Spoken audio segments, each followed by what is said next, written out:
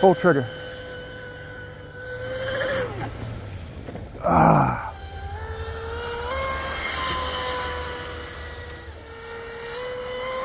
Full trigger.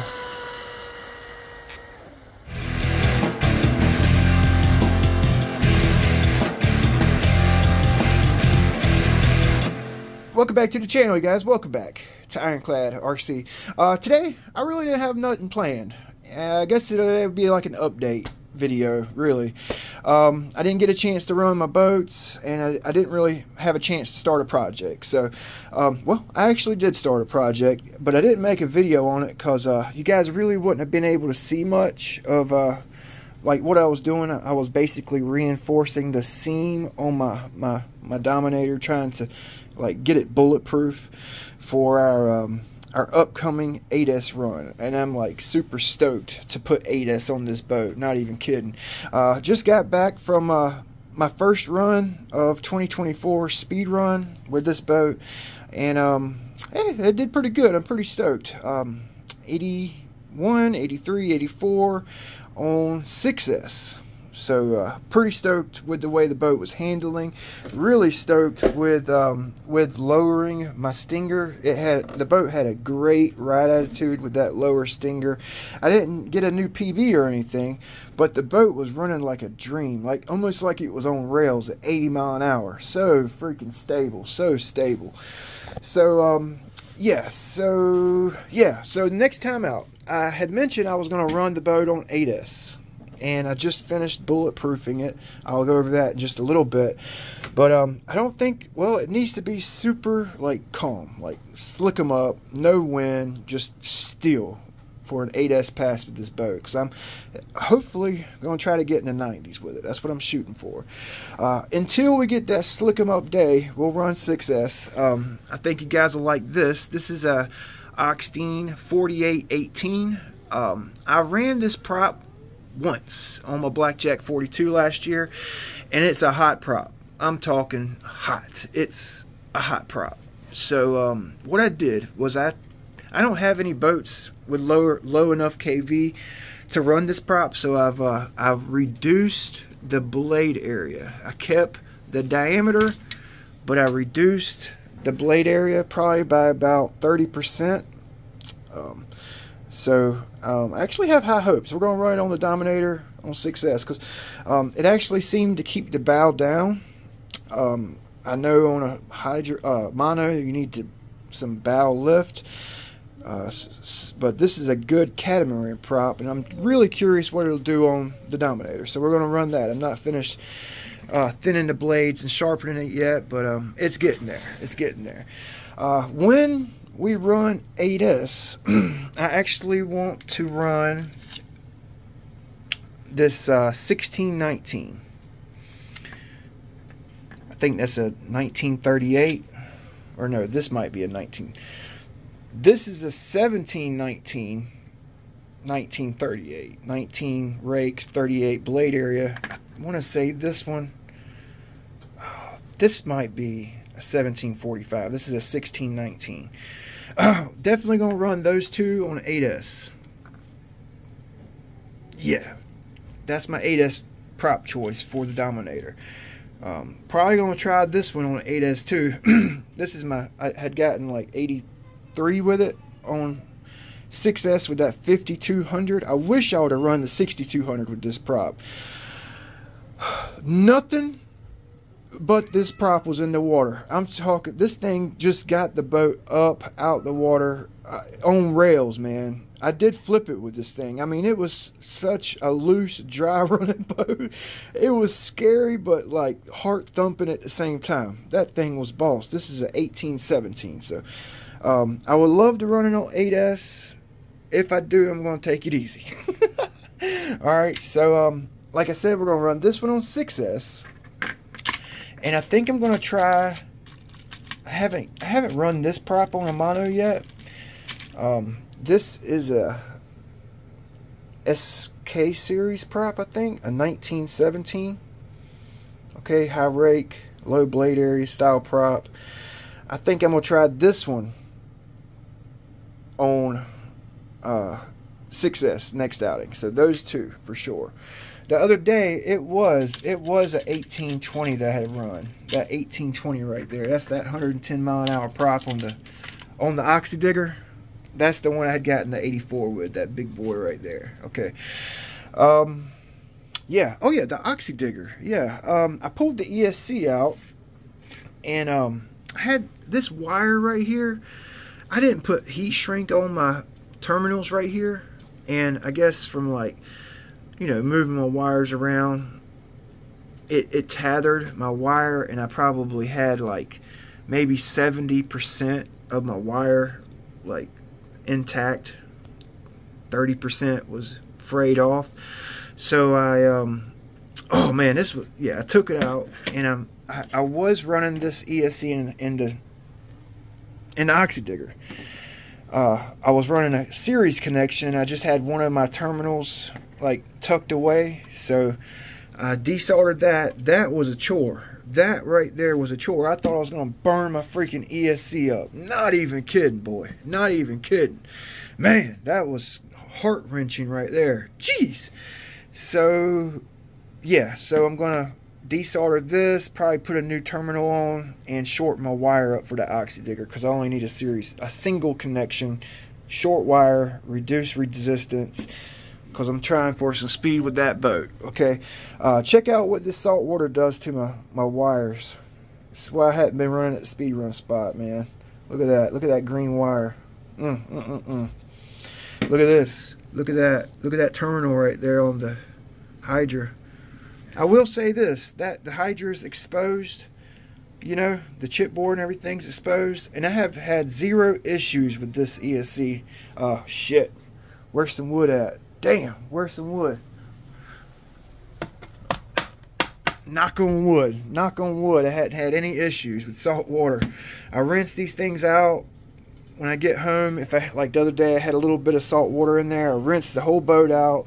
I'll run fresh water through my ESC, like in the top and coming out the bottom. I usually unplug this, and yeah. So yeah, the speed run spot's terrible on my boats now. I'm telling you, man, it is. Like on my batteries, like you can tell the batteries that's gotten wet or had damp. They're, you know, they get that tarnish. I need to. I've been changing out these terminals right here on my batteries. Oh man. So yeah. Oh yeah. I changed my stuffing tube out. I don't know if I mentioned this yet. I changed my stuffing tube out on the oxy digger. I took this coupler protector off. All right. I've got a collet that I'm going to put on there. I changed my stuffing tube out. I'm not going to run any liner, just straight up stuffing tube. I raised the height of the stuffing tube coming out of the transom, and I've got it arranged so I can get positive and negative trim much easier. The stock oxy digger, it was really set up so you could like only put maybe a half a degree positive, half a degree negative. Had to do a lot of modifications to get any type of positive or negative. So now I've actually got it set up so I can run positive, negative, neutral. It's tunable. It's tunable to my liking now. So we'll be getting this one out as soon as I get the nerve to solder that guy right there back. I actually have some silver solder that Mark Gambita sent me. Thank you, brother. So we'll be using that Silver Bright to get that soldered back up. Okay. Yeah. Okay. So last year when I was running this boat, I had speed runs. Like when I just got it, I was like, you know, hardcore, like running this thing hard. I had mentioned I was going to run the boat on 8S. I did actually run the boat on 8S one time with that 1730 Leopard motor. That 4092 1730, I put 8S on it, and I mentioned this in a previous video. I got 90 mile an hour. I blew the boat off the water. The hatch come untaped, flooded my boat. I had to walk out gator infested water to go get my boat because it was floating bow up, you know. That was the last time I put 8S in it. So after that happened, I started reinforcing this boat, making it bulletproof. on this flood chamber right here, top and bottom, I've got it reinforced with carbon fiber all the way to the tip. Last year I did that. Okay. I also reinforced the tip, the bow. Okay.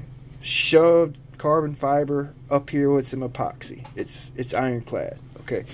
Last night, whenever I took that GPS off, that Quasar GPS, because I have this GNSS with this nifty little case, okay, so I don't need this on there anymore, just extra weight. So I took this off and ground it around this, ground it around the bottom, sandwiched some carbon fiber top and bottom, got that hole filled in. It actually turned out pretty good. While I had the epoxy mixed up, I went ahead and cut about 1 3/4 inch strip of carbon fiber. I wet it out, and I basically reinforced this whole seam right here, okay, from my water exit all the way to the tip where I stopped last year. So basically top and bottom on my flood chamber on the inside, all the way to my water exits, bulletproof. Okay, I also run extremely tight fitting piece of foam in here. I got a piece that goes down in the V. I got a piece that jams up in there. So whenever we have a hard crash, that'll kind of keep the hole stiff, so we don't get any flex like this, and it won't break our seam open. Reinforcing all the seam and everything is probably unnecessary, but this is like $1,000 boat that Bill sent me, and I really don't want to I don't want to lose it in a 90-mile-an-hour crash, because I know running 8S I'm going to crash it, and I know it's going to be a fast crash. So I'm trying to take all precautions now before it's too late, because I've had so many boats here recently. I got lazy and didn't do this, or I didn't do that, and I broke my hatch. So time to buckle down. You know what I'm saying? I have not reinforced back here, but we do have this brace, which, by the way, I did re-epoxy oil. It never broke loose, but I reinforced the brace top and bottom so it don't break loose. I've built the battery tray into the hole right here, like built it into the boat. Okay, same with the servo motor and ESC rail. I built that into the boat, inside and out. This is a ready to run boat. This is just what you got to do, man, to make it yours. If you're trying for speed, you got to do this kind of stuff, you know. And it's fun. I've actually got to do it. I've actually got to do all that to this guy right here. That's why I hadn't been running this boat, because I need to get in here, and I've been kind of thinking about the best way to reinforce this front tunnel area right here. I've been trying to figure out the best way to do it. I know how I'm going to do it, but yeah, I've got to do a lot of work to this one. Carbon fiber reinforcement. So that I'm definitely going to video that for you guys. Okay, whenever we go to reinforce and ironclad that boat out. Alright, I'll just give you guys a shot of my little collection. I got boats every freaking where, boys. Every freaking where. Everywhere. I got to get the UL19, some new power for that. I put that power back in the Dominator. Yeah, I got freaking boats all over the place. I got the Twin Cat primed, waiting for this to finish drying so I can start sanding. I've got the tunnel hull painted, my first coat, waiting for the hull to dry, and then I'll start taping off my design. I just finished up getting the tugboat maintenance done. I didn't grease this boat not one time last year, the whole season. Not one time I didn't grease this boat. Not even kidding, boy. It's a true workhorse, man. Look at the motor. It's like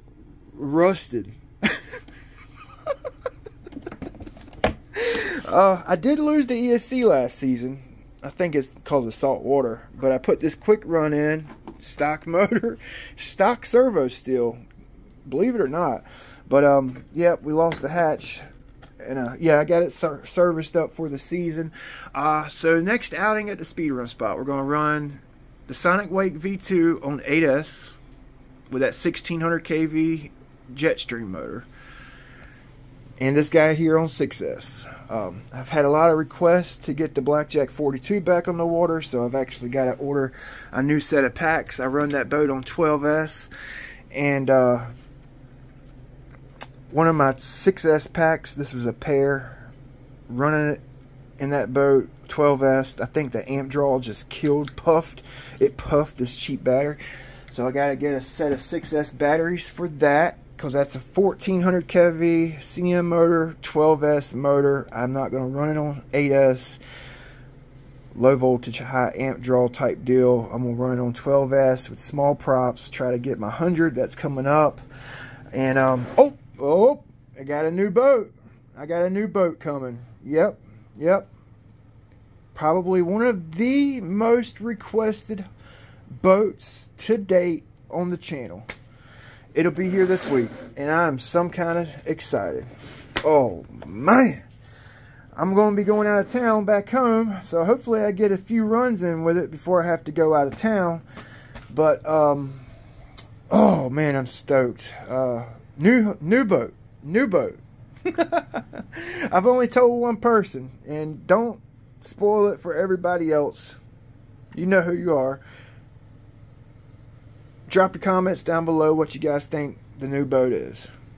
All I'm going to say is it's a freaking beast, boy. So I feel like I kind of touched all the bases, kind of let you guys know where I'm at with some different projects. This one's done. All I got to do is solder that bullet in. I'll probably do it tomorrow. I'm scared, man. I might even run water cooling through the ESC while I solder it up. Just kidding.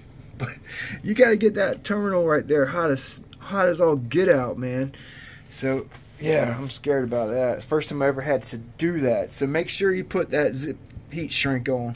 I feel like I've kept you guys long enough, jacking my jaws, having some fun. Quick update, turn it to long update real quick. We'll see you next time. Thanks for watching.